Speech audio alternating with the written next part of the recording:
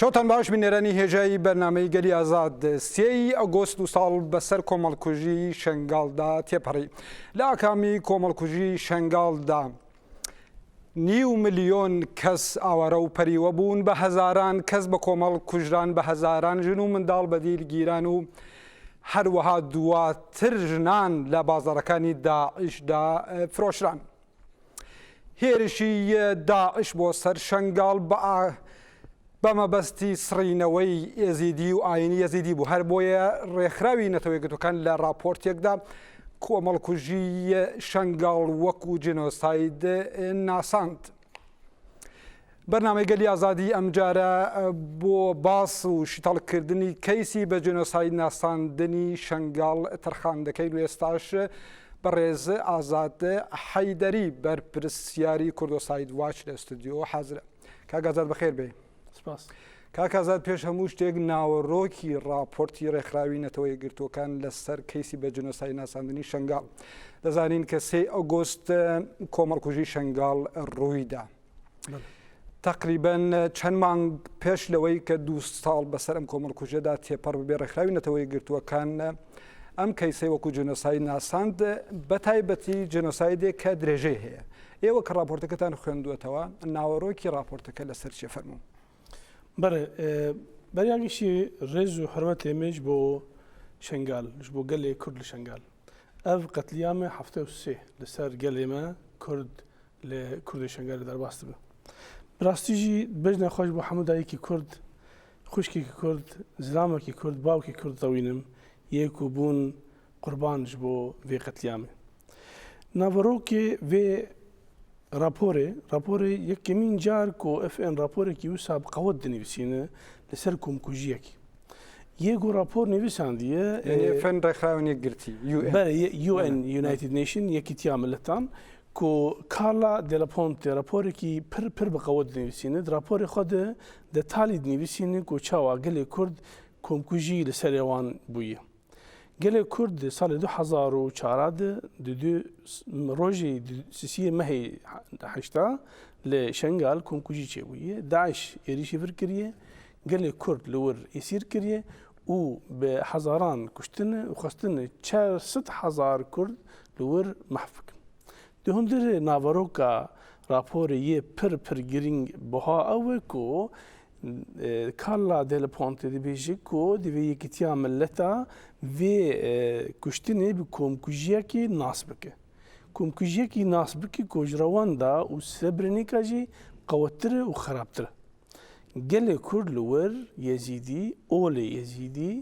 Daeş bi îdeolojiyekî hatî vir, xwestî van kesa temam bike, nehê li ser erdê bi îdeolojî berî bêjî kiriye û hatiye vir li vir de به سر 9 ملیۆن کەس گرتیە سیسیە مەهێدە و ئەو خستنە حەبسێدە بەرگەرمێدە 5 دەرەجە حرارەتێ لە ور زلام چون ئالیەکی پیرەک چون ئالیەکی یەک و خستنە بزۆرێ ببن مسلمان ببن ئەو بەرێ نەکوشتنە لێ پشتی هینە جوانجی کوشتنە کەچێ مەژی و پیرەکێ مەژی ji xwe re kirine sebaya jî wek yanî ji xwe re zilama ew kirîn û firotine. Di vir di dêlapontê dibêje tiştekî qebhetekî wisa mezin ku li ser gelê Yezîdiyê Kurd bûye ku tu carî jî berî ana rojhilata navîn de komkujiyekî wisa berçav derbas nebûye. Wexta ku dêlaponta vê raporê dinivîsîne dibêjî jî ku Yekîtiya Milleta vê îtiraf bike ku ev komkujiye her wisa vê ICC International Court li Hollanda van kesa bigire û mehkeme bike. Di pratikê di wextê ku tên mehkeme kirin ew komkujî tê qebûl kirin ji gora li Ewropa û li Amerîka û li cîhanê.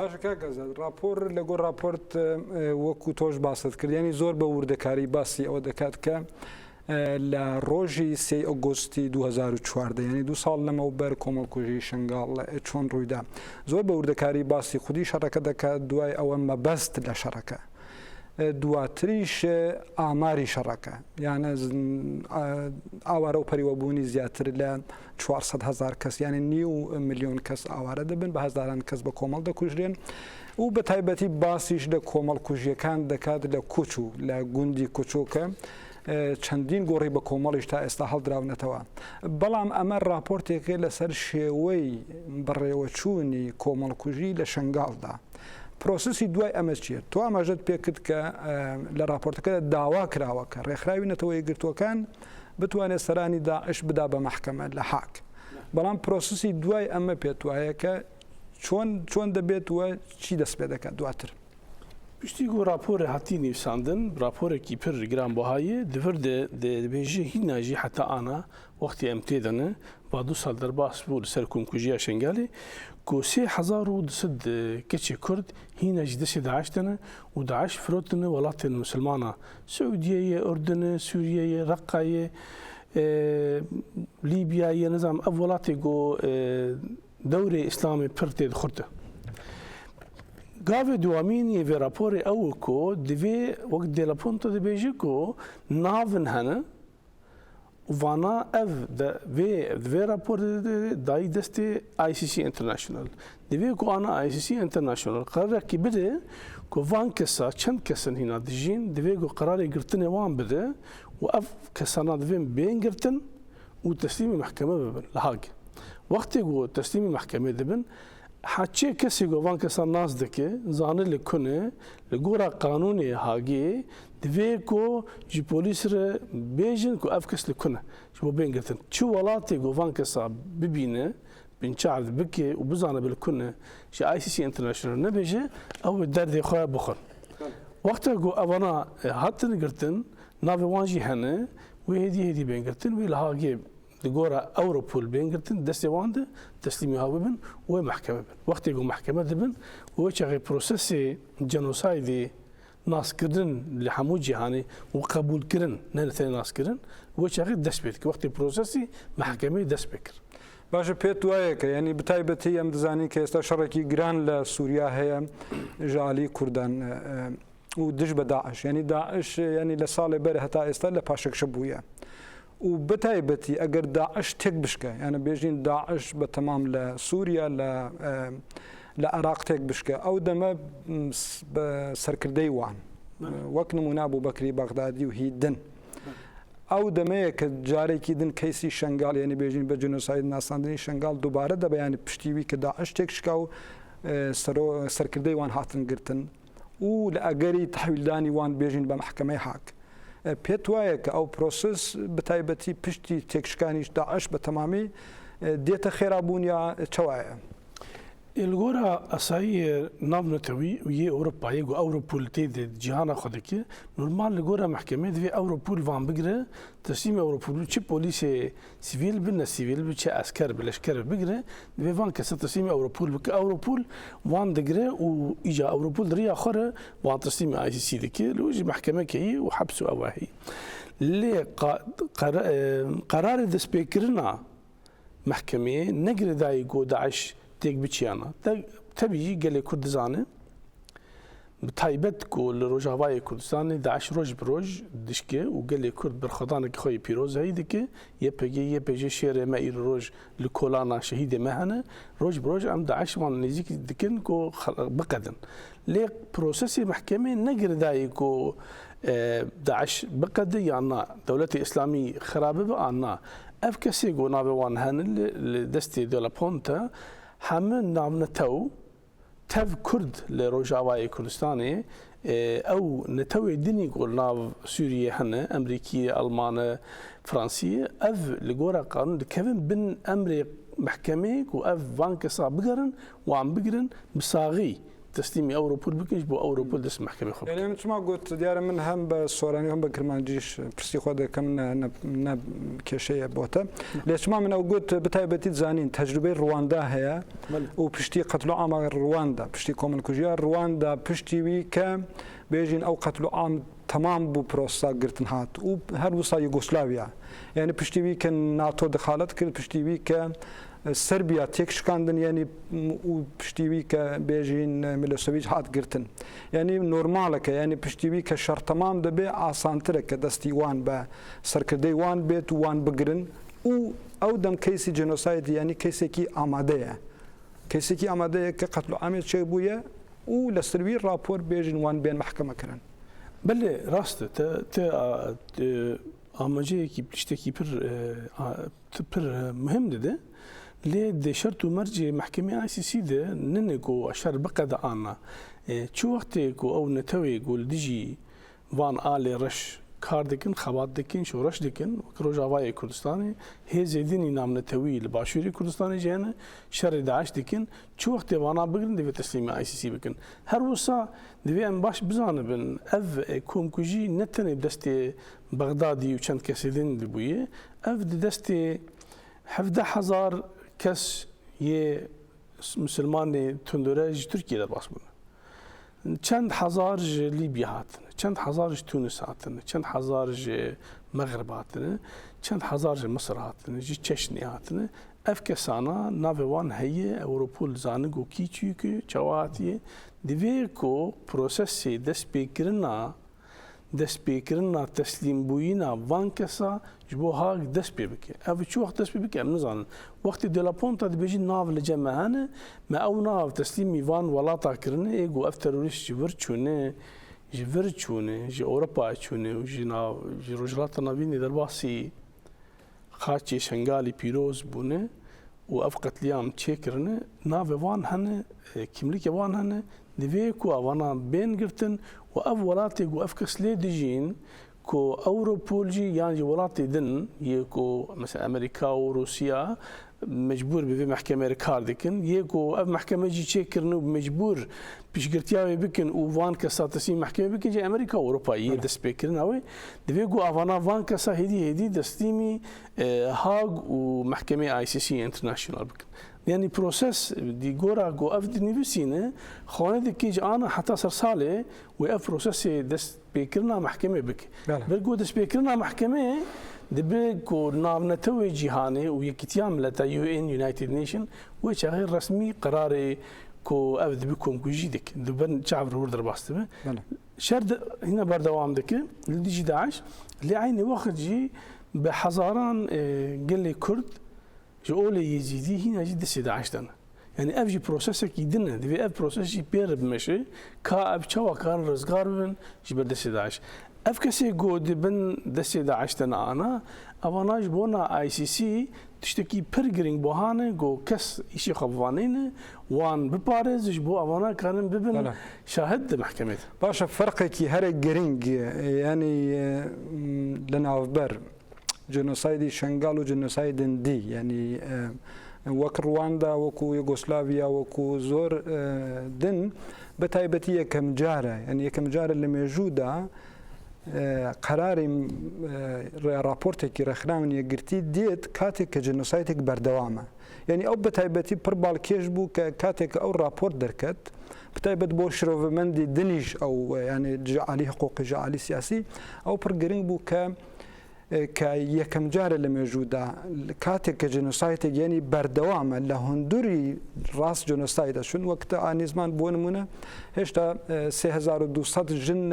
وكو كويلة لدستي داعشدان وبهزاران من دالو يعني زاروكش لدستي واندان وجنوسايد هر وصا يعني بردوامه ليه كم جارك الكاتك مثلا بونمونه كومالكوجي دن كومالكوجي تمام دبا بشتي وي قرار داين لستا كومالكوجي بردوام اللي قرارك هاتي داين بتايبتي بيتواي او يعني او فرقاوي لقال كومالكوجي اندن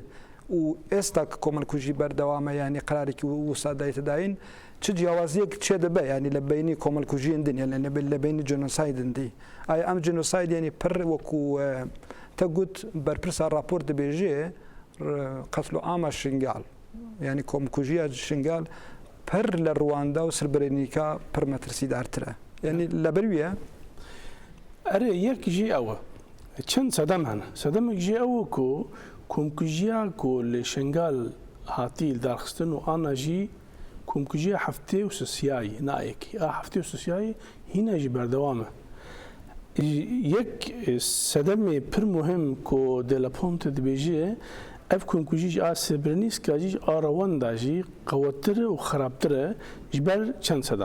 صدم جي جو هنا كونكوجي بردوامه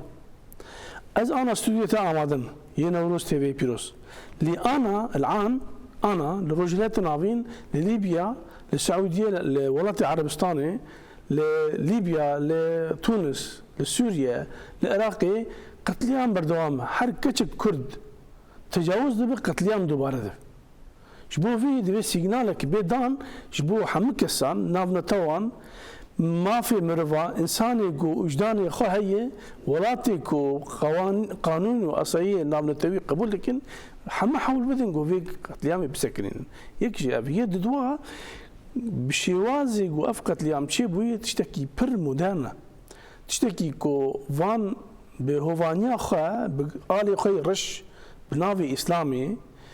دانين سر فيديو تشوا كسكي ما تجاوزك تشوا وان دكوجن لسر سوشيال ميديا يوتيوب فيسبوك وايدن فان كسكي ما داتين المازادي يكي شيخكي دري ويدريج للسعوديه فيك شي ذكره جردشينن يك الاردن ذكره جردشينن يعني بشوازكي كو انسان لفر بوي ماده بيرك بوي ماده جبو حم كارك بوي كرن جبو كو قلي يزيدي كرد يقول يزيدي محفكن جبو كو سري عدي الراكن يعني باش كازاد يعني برجرينج بتابع تشنجرج اني زمان كمساله نيكم فرمان يعني وكل جورزي زيانج دبيجن حتى استحف توصي فرمان يعني او فرمان اما قروسا يعني بيجين بصوراني يعني كوكوجي قتلوا عام للراستي دا يعني او كي استار رخاوني قلتي وكو جينوسايد او دكا يعني بناء دكا حفتوسي جاردن لي هر جار بتايبتي كوملي يزيدي قتلوا عام بويا فرمان لسروان تشيبويا لسر بنماي ديني وان لسر او يوان يعني او برجرينجا كبيت وايا كبير رابورت يكم جار يعني بشتي حفتوسي فرمانا يكم جار اللي موجوده رخرامن يقرتي ديت جواب يعني بيت وايا او قرار يا او بيجن رابورت يا سبيني بيت قرار لمحكمه حاج بكاريت ك اولي يزيد بارزه بتايبتي ام لبيرنا كاين ك براني وان قتلوا امن كبرش تشيبويا لالي هوزن سرك هوزن كرد لالي كرداش او بويا نتنه بيجين لالي عثمانيه اويدن بلكه خدي يعني سرك هوزن دني كردي دور بره بونا لبر ديني وان لبر اول يزيدي وان قتلوا ام كرنا بيتواوي رابورت دكارت لباراستني وان تاثيري هبا أنا خالي سيامين د في كومكوجيه د وقت تي قبول كرن وكو يكتي عملت بي اعتراف دك يعني قبول لك وبن امزدك د في كو اولي يزيدي قال كردي يزيدي بين باراستن د في كو جيهان بالهفره رونه الريا يكتي عملت يونايتد نيشن ووان بباريس هر وصا هنك بلان هنكو شنغال بوك فاتيكان كو حبك سر بخبوي كابلور وبي باراستن ج آلية نامنتوين دن جبركو وقت تجي آني زمان حتى أنا كحفتي وسي جارة فرمان قتليام نسرق اللي يزيدي شد بيجي بوقو أولي وانا يزيدي أولي يزيدي إيشي خاب إسلام وكريستيانيتي تنا أولي يزيدي بحزار صالان لروجرات النافين هي أولي كي كفنة أولي كي بيروزة أولي كي ورفي قال لي كرت خبي بلنبك برجو أبو الجولة دن بركون ترى أولى يزيدي أولى كي أشتي خازة أولى كي مرفانية أولى كي بربيروزة خالص السيامين كو أوى كو قال لي كرد شنغالي أولى خا يزيدين بين باراستن نمرة 4 دفي أو كسل تعدل وامبويه كشتن لسر وامبويه كرتن لسريوان بوي تجاوز سريوان بوي دفي يكتيام لتا دريا فان ولاتين كو يروج لهبدوك النافي كتيام لتا تعوز جي بدنوان يعني آلي كارية آبوري جي بدنوان و دفي اف ولاتي كو داعش تشيكرنا او جي رسمي دوز على بوروني بخاص يعني بروسس بر درجه نتني ومحكمه هاج اي سي سي تشيب والور بسكن خال قال لك بير اف بروسس كي دفيكو اف قتلياما شنغالي يا اولي يزيدي يا حوالي ما برايم يزيدي دفي اف قتليام بر بسكن چه ناب دوباره ببه و اف دوی گارانتیه وی نامنتوی هبن نتنی گارانتیه روجالات ناوین هبن کروجه کی نویسکار و عالم اسلامی روجالات ناوین دی بجن اوانا علی ابن معاویه بون نظام اسلام قتیان نظام چاوا یعنی لور دوی کو اول یزیدی گارانتی ببه گو به با پاراستن گو کس نما کار به تعدل بک بله باشه دزانین ام لکردستان یعنی اول یزیدیا وکو اول کی کونی کردان و یزیدیاش وکو بیجین اتنیکی کی کونی کردان و یکم جاره یعنی لم يجوش قتل عامك وك جنوسايد ديد ناساندن ام دزانين لكردستان پر قتل عام تشبويه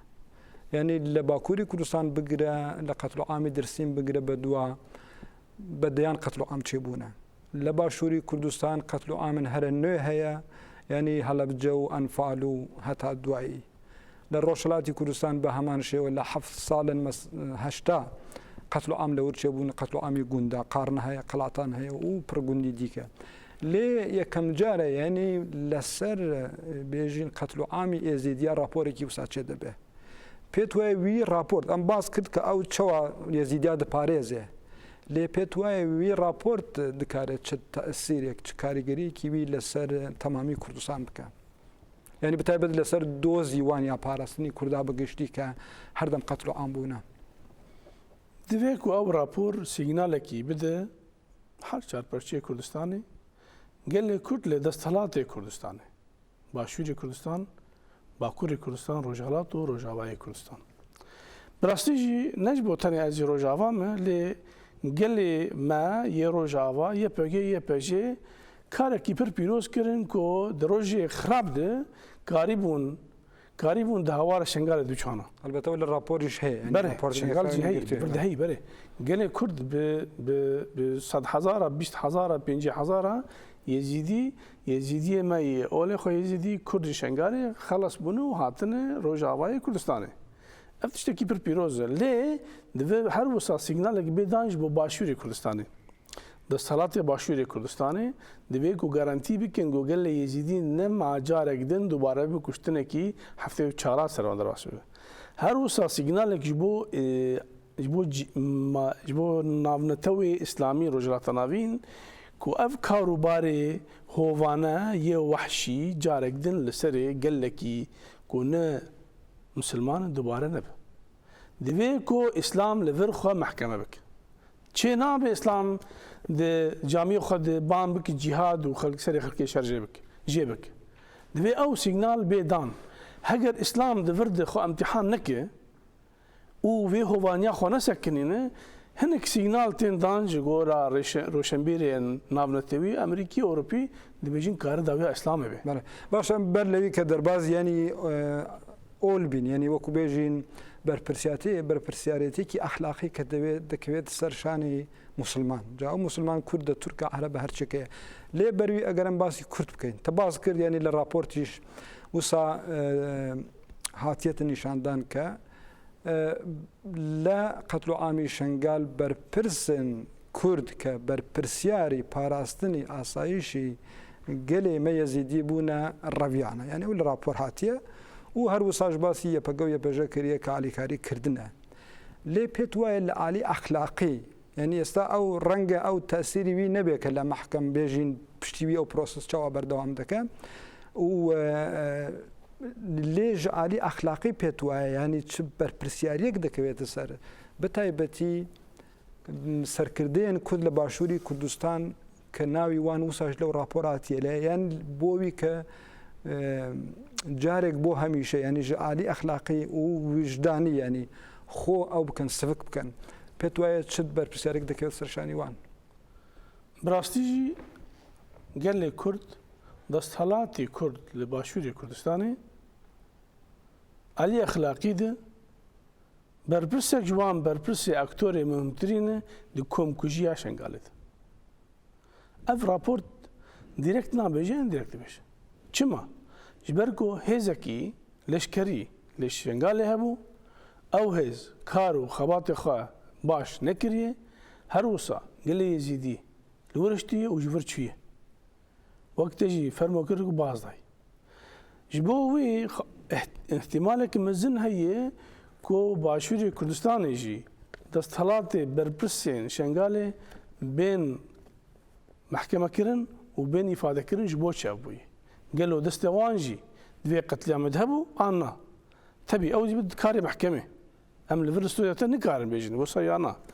lê ihtimalek pir mezin heye ku telefon ta wan berpirsyarê ku lê şengalê fermandaretiya hêzê leşkerî dikirin bên xistin li Haag û bên îfadekirin dewre wan çi bû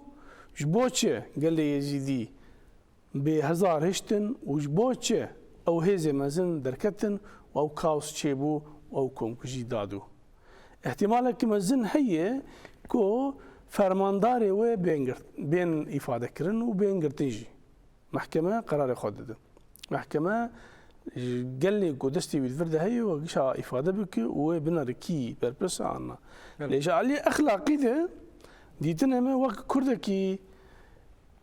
Kurdekî ji nav hêzekî Kurdosaydwaş dezgehên mafê meriva diparêzin divê ku ew kesê ji aliyê exlaqî de heçê kesê ku pêşmerge bû fermandar bû berpirs bû li herêmê şengalê divê jê bê pirsandin wî çi kir heger rastî pêşmerge ba wek zamanê berê wek zamanê şêst û hefta û heşta Birêz Barzanî nîgî xwe girê da pêşmerge neyê pera nedêş ku ew qetliam çê bibe wek nimûne Daeş bi hemû hêzê xwe bi alîkarê Tirkiye ê Qetar Siûdiye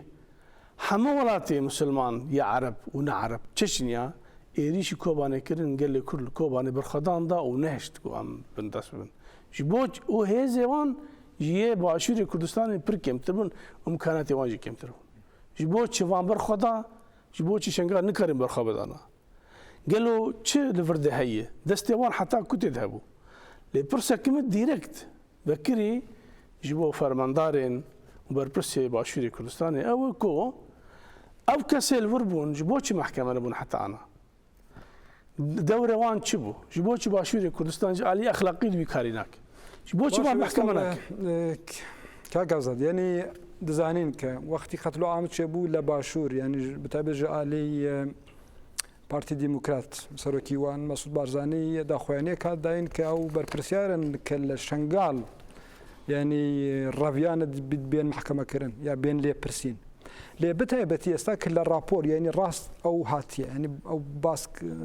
bêjîn heye eger ew de mehkemeyek çêbû bibaye yanî eger ew de hikûmeta herêm wekû rola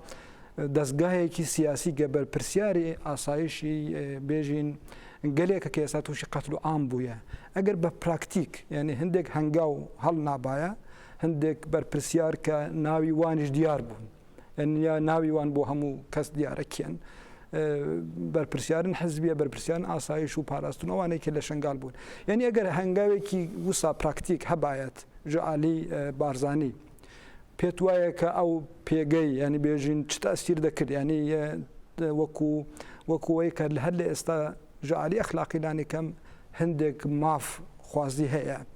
lê ew nehatiye kirin pêt waye eger tiştekî wisa bikira baye çi debû Di kêzê normal de li hemû netewê ku em nav didijîn yê demokrat yê ku gelê xwe diparêzin xeletî çêdibin xeletî pir xerab çêdibin kuştin çêdibe lê cidabûna wan di nav Başûrê Kurdistanê de berpirsê van kara van heger komkujiye kuştine çi ye divê ku mehkeme bibin li Başûrê Kurdistanê heta ana kes mehkeme nebûye navê kesî belîn nebûye kê çi kirî û ji bo çi tenê qerarek wisa hebû û ew qerar nizanin çi pêş çêbû yanî tiştekî li ber perdeyê ruhniyê tiştekî tune ye li paş de çi bûye em nizanin ez bihêvî me ku ew tesîrê xwe pir xerab li ser Başûrê Kurdistanê neke lê ihtimalê vê raporê heye ji ber ku Başûrê Kurdistanê ew berpirsar ew fermendar mehkeme nekirine wan îfade nekirine wan nedan yektiyanetewa ihtimal heye berpirsên Başûrê Kurdistanê ji aliyê siyasî de ew bên îfade kirin ihtimal heye ku ICC bêje yek ji aktorê ku destê wan indirekt vê kuştinê hebû bi Başûrê Kurdistanê هەگەر وسا ببێ بڕاستی قەبحەتێک مەزنج بۆ گەلێ کورد هەمی هەر پەرچەی کوردستانی بهێوی مگو ئەو نەبێ لێ احتیمال هەیە گۆ ببێش بەرگۆ دپاراستنا گەلێ کورد گەلێ یەزیدی شنگالێ دێ ئەv پێشمەرگە لە بۆر هەبوون و ئاسایش هەبوون بپاراستنە و نەپاراستنە وش بۆ چێ دەبێ کاوسێ دێ هەر کەسی سلاح خۆشتی و بازدایی باشە پرسێکی دیک ینی ئەم ئەگەر لە چارچێوەی دەسەڵاتدارن بێژین باشوور و ڕادێ بەرپرسیارەتی وان لەوێ قەتل و ئەم دەربچین لە ڕاستیدا پرسێکی دیکە دیسانەکە بەرپرسیارەتی ئەخلاقی ئەم وەکو کووردە ینی بتایبەتی دەزانین کە لە باشووری کوردستان کۆمەلگەی یەزیدی کۆمەلگەیەکی ژێرستەم بووە ینی زۆر بە ئاشکرا ینی بەرێ کاتێکە حکوومەتە بەعسە بووە پشتیویش کە حکوومەتە کوردی هەبووە گەلی ئێمە گەلی یەزیدی قەت ئەو بێژین مافی وەکیەکی لە باشووری کوردستان بووە بەتایبەتی لە بەر ئاینی وان لە بەر ئۆلی وان ینی تا زۆر ئاسان من جارێکی دنیش باس کرد تا لە هەولێر دەبێنی ینی بێژین ئەوەی کە لە کارن هەرە خوارد پست ینی کەەوەی کە وەکو بێژین کاری ڕستورانە نزانم مەی فرۆشیە کاری دن هەمووی کوردی من یەزیدی دەکەن و کورد بە چاوێکی ینی کوردم کە دەبێژین کوردی مسلمان بە چاوێکی پرسوەک لەوان دەنەڕێ پێت وایە ژعالی ئەخلاقی چ بە پرسیارەتێک دەکەوێتە سەر ما وەکو کورد ینی نەوەک بەرپرسیار نەوە کەسێکی دن چون ئەم ژعالی ئەخلاقی بەرپرسیاری وین کە ئۆلی یەزیدی گەلی یەزیدی وەک چاوا هەنە هەتا ئێستا نەهاتنەسە قبولکردن و مافی وان نهاتێتە پاراستن ژعالیمە بەرێ هەرچی وەکو کووردا وەک کوردێکی مسلمان سنی شەی نزانم چ دەبێ ژعالی ئەخلاقی دە ئەمیش بەرپرسیار دەبێ کۆمکوژین ji ber gelek şewasa yek jê em heta ana wek olê misilman sinî em bi çavekî xirab li yezîdiyaner em wan qebûl nakin em wan bi cil û ol û fikr û ramanê wan qebûl nakin em li ev komkujî ne ji kinîsê hatî ev jî camiyê hatî em jî dirin camiyê yani ji alî exlaqî de divê em xwe imtîhan bikin aynı wext em diçin سعودية درجة حاجة فريق خطاطي النمر ملكي خطاطي النمر وسعودية على كاري داعشتي كونكوجية لشنغال شدك سري أولي يزيد بريجي بيجي بشرط أزي بكم ودكيجي وحتى فيديو قال والسد ميديا خوجي نشان دكو كونكوجي شدك دفيكو قال لي كرد وقال لي مسلمان بتايبتي سيجين جرينج هنا کو مسلمان این روز سروی خوازن شهر بکن به کی جوان مسلمان باش و راست یک جه سعودی عربستان یک مصر و یک سیاسی ترکیه اب هر سیجین مسلمان کو این روز خوازن خا به اسلام سنی و کم زده گری بدن او سرپرستیا اسلام بکن دوی اب هر سیجین دینی اولی دوی کو خا امتحان بکن و دوزا لێبورینێ لەگەلێ شنگالێ بکەن هەگەر ئەو کارە نەبوو دەوێت و ئەو بداویە ئیسلامیش بەر ئیسلام ساڵی 2004 دێ گەلێ کورد بەر تەنێ قەبحەتە وان گۆیە زیدین سەرێ وان ژێ بکێ پیرەکێ وان بە $10 و $20 و $100 بفرۆشێ نایە قبولکردن لە جیهانێ هەمی هەر وسا گەلێ کوردی سنی شیعی دەوێت و ئەو ژێ پرسیش خە بکەن هێز و ڕێزێمش بۆ هەمە ئۆلێ کورد عرب ئیدن هەنە چی خرسیان چی یەهودی چیژی ئیسلام مسلمانیان لێ هێزێ مسلمان بە تایبەت کو ئەم ژی هێزێک مەزنجێنە ڕۆژهەڵاتاناڤین کو ئەم خوا ئەمتیحان نەکەن بێ دەستێمە دڤان قەتلیاما چییە ئەم vان قەتلیاما پروتستو نکن دیجوان را نبن دیجامی خود ل دیجوات خوی اسلامی ده بحثا وی کم کجی نکن به مچه هوانی حقی وانا دکریه ام جی دست میش که بخوینا وی کم کجی ده ام ده بنجی بر پرساره بله حچی کرد کی ج روز آوا با کور باشور کردستانه چی سعودی عربستانه پری خود ده سعودی عربستانه جبول چه حجی هەگەر خۆ ئەمتیحان نەکرد دەستی ویژ دەبێ کۆمکوژێت هەیە عالی ئینسانی باش انا يعني كردستان باس کرد کە بتایبەتی وەک کۆیلە ینی بێژین وەکو بەردە و کۆیلەی کارێ کار ینی لە باشووری کوردستان لە ئێزیدیان کەڵک وەردەگرن ینی وەکو کۆیلەیەک چاوە ینی کاریکەرێک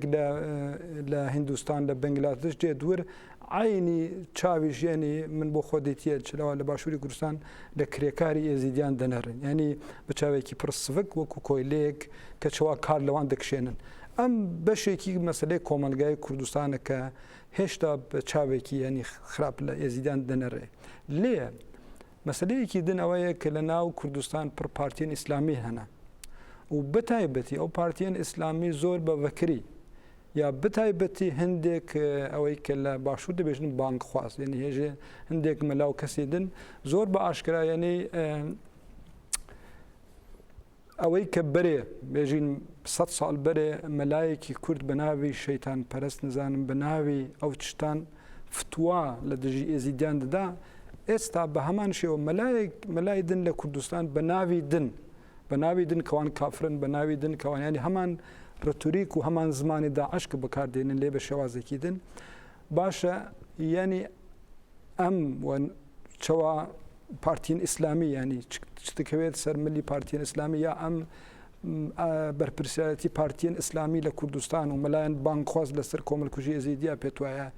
ژعالی بەرپرسیارەتی ئەخلاقی چ هەیە هەموو پارتیە کورد ئیسلامی لە باشووری کوردستانی حەچی مەلەیەکی شێخێکی کورد گۆ بە زمانی خواد ئاخر مسلمان و ئیسلامی دەپارێزە و جیهادێ گۆر دەکە هەگەر ئەو ڕسمی کار و بارێ داعش پرۆتەستۆ نەکە خوا ئیدیۆلۆژیا خۆی خراپ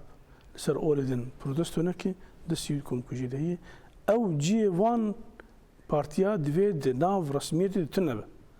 Ji ber ku heger ciyêvan resmiyetê de hebe çil başûr be çil aliyê din be. Piranî jî Başûrê Kurdistanê ji ber ku hêz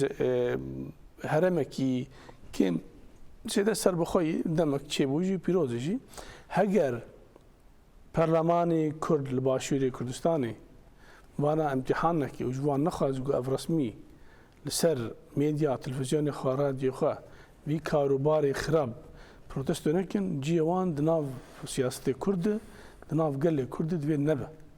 Wek em dizanin zarokê çend fermandarên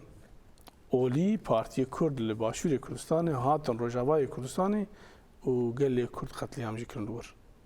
Divê ku ev prosesê ham bêsekinandin û divê gelê Kurd wek millet êdî xwedî xwedan li hemû olê xwe û milletê xwe derkeve. Heger gelê Kurd vî karî neke wê Ewropa piştgirtiya me neke ji bo ku gelê Kurd serbixwe be. Ji ber ku başê wê gelê navnetewê cîhanê ji bo çi alî me bikin em jî karê Daeş bikin. Ji bo çi? باش بزانین کە مەسلەی راپۆر ینی وەکو جنۆساید دین کە لە دنیا چێ بووە کاتێککە راپۆرتێک چێ دەبیانە کاتێک کە ڕێکخراون یەکگرتی یا دنیا ینی بێژین دشکردەوە نیشان دەدا بۆویە کە لە هەمبەروی قەتل و عام ڕاوەستە و قەتل و عامی دن چێنە بە ئێستا راپۆرێک لەسەر بێژین جنۆسایدی شنگال چێ بووە و مەبەستی ژوویە کە قەتل و عامێکی دن چێنە بە و وەکو تەژانی زمان هەندێک ینی بێژین ڕەنگە و پاراستنی هەرێمێکا سەر بەخۆی بۆ ئێزیدیان یەکێک لەوان ئەڵتەرناتیڤ بکە ئێزیدی ئۆلی یەزیدی پارێزە لێ هەندێک دەنگۆی دنیش هەیە ئەم دەزانین کە بۆ نمونە لە قەتل و ئامێندەی کە ینی وەکو ئەزمون لە ڕواندا لە ئافریقای باشوور لە شوێنندێ پشتی قەتل و ئام پرۆسەیەکی ئاشتەوایی چێ دەبێ ینی مرۆڤ ئەو کەس کە قەتل و عام کردە لەگەڵ ئەو کەس کە قوربانی بووە بە هەڤرا دادنیشن بە هەڤرا ئاشتەوایی دەکەن و لێتە نکاری بۆ نمونە ئێستا باس کرد کە چەند کەس لە ناو بێژین لە قەتل و عام بەشدار بووە ڕەنگە بەشێک لەو عەرەبێن کە نزیکی شنگاڵوانیش بەشدار بووبن لێتە نکاری هەموو کەس محکەمە بکەی ینی دەبێت پرۆسێکی ئەو ئاشتەوایی بێت چێ بوون یعنی پرۆسێکی بە هەڤڕاژیان و لێک تێگەیشتن لێ هەمزەمان لە ینی لە باشووری کوردستان شتێکی دن ئەوە هەیە کە دەخوازن کە ینی بێژین تەنانەت دەبێژن کە لە بەروی کە ئەم ینی بەرێ هەر چش قەتل و عام دەخەن سەر ئەو بێژین عەرەبێن کە لەور بوونە دوهاش دەپرسن ئەو عەرەبێن تا لە ور بن شنگال ئەو نابێ ینی دیسان ناکۆکیکی دن لە ناو عەرەب بوو بێژن کورد یا بێژن ئێزیدیان دەخوازن بخەن ڕۆژەف لێ ئەڵتەرناتیڤێکی دن ئەوەیە کە ئەگەر ئەو هەرێم بۆ خۆ سەر بەخوا بە یانە خۆ بپارێزە دەکارێ خۆ پارێزێ لێ هاوکات دەبێ پرسێکی ئاشتەواییش هەبە تا پشتی ئەوی راپۆر پێت وایە کە چه ئەلتەرناتیڤێک لە هەموو باشترە بۆەوەی کە ئێزیدیان و ئۆلی ئەزیدیان بێت پاراستن ئیبراسی پرسەتە نەوسە ئاسانە من ڕۆژاوێ بێت ji ber ku gelê Kurd yê Şengalê olê xwe Yezîdî ev bi 10,000 sal bi 100,000 sal dirin û tên û vê pirsê ew dikin analîz dikin. Min dîtin em li gora vê raporê divê ku gelê Yezîdî li Şengalê bê parastin ne tenê ji aliyê Başûrê Kurdistanê be. Divê ku li wir heremekî awtonom çê bibe û divê ku li wir de yê ku heremê biparêzin bi xwe jî Yezîdî bin. û divê ku navnetewên cîhanê tev Kurd û Ereb û milletê dinî ku li dora Şengalê de jîn vê pirsê qebûl bikin û rêyê vekin ji bo Şengalê. Heçê kesê ku li gora rapor tê nîsandin ku destê wan divê qetliyamê heye ew nikarin li wir bijîn. Yani ew jî tiştekî ber çavayî ji ber ku di xwîna Rojhilata Navîn de heye ku em nikarin tenê hevdû efû bikin û bimeşin. Ew di dînê me de di olê me de di rûniştina me çûn û hatinê me jî kêm e. Ji bo wê ez dibêjim ku tê xwanêkirin ya wê gelê Yezîdî vegere Şengalê wê Şengal bê parastin ji aliyê wan diriya Yekîtiya Navnetewdê yani ya United Nations de û security wan yani cîhana wan bê garantîkirin heta ku carek din qetliyam serê wan çê nebe lê bi vî şêwazê ana em tê dijîn yek Yezîdî nikarin vegerin wir ji ber bihawar nakin. Dû nikarin kes heta nikar cîhana wan garantî bike li wir. Sê wek tê jî fermo kir ew jîranê wanî ku ew xedr kirin û Daeş anîn wir û derbasî Şengalê kirin ew jî nikarin wir bijîn û karê xwe berdewam bikin wek berê. Ji bo wê di coğrafiya Şengalê de divê hin guhartin jî çêbin. Yani ev kesê ku li wir vê komkujiyê de beşdar bûne direkt ya indirekt yani kê Daeş anî wir û ew hewan dine xarindayî wan informasyon dayî wan ku gundên û gelên Yezîdî li ku dijîn çawa dijîn evana divê ku